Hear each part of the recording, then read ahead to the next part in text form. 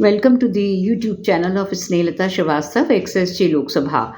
As I told you in my previous video, in this video again I am going to tell you something more about the private members' business and specifically private member bills. We should know that the bills are classified into two categories. One is government bills and the second is private members bill. So, depending upon whether they are sponsored by a minister or a private member.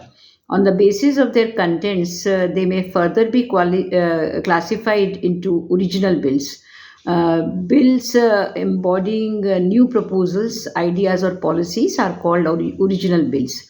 In the case of a government bill, the name of the minister in charge is always included in the motion for reference of the bill to a select or joint committee, while in the case of private members bill, the names of both the member in charge and the minister to whose ministry the subject matter of the bill pertains are included in the motion.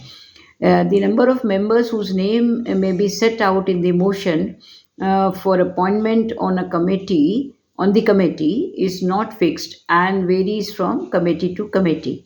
The composition of the committee as reflected in the motion generally represent the party and group divisions in the House. Debates on private member bills have been adjourned on motions moved in and adopted by the House.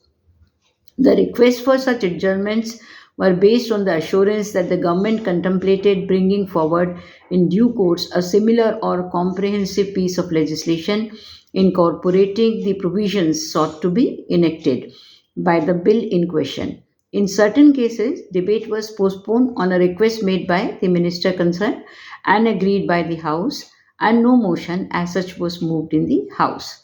Further discussion on a private member's bill has been adjourned on an amendment adopted by the House to the motion for adoption of the report of the committee on private members' bills and resolutions which related into allocation of time for further discussion on that bill. What happens when the debate is adjourned and how to resume it? So the procedure is that on a motion being carried, the debate on a private member's bill is adjourned to the next day allotted for private members' bills in the same or next session. But it is not set down for further discussion unless it has gained priority at the ballot. When the debate on a private member's bill is adjourned sine die, the member in charge of the bill may, if he or she wishes, to proceed with the bill on a subsequent day allotted for private members' bills, give notice for resumption of the adjourned debate. And on receipt of such notice, the relative precedence of such notice is determined by ballot. Where notice of resumption of the adjourned debate on a bill is received after a ballot has been held, such bill is entered in the list of business below the bills balloted earlier. However, where debate on a private member's bill is adjourned to a specific date and time allotted for government business, no motion for resumption of the adjourned debate may be moved.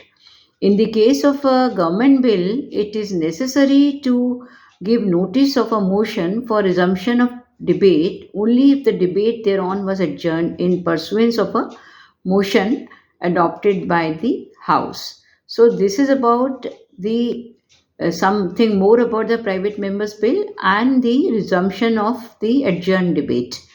I hope it makes it clear to the audience. In the next video, I tell you about the special procedural features regarding private members' bills. Thank you.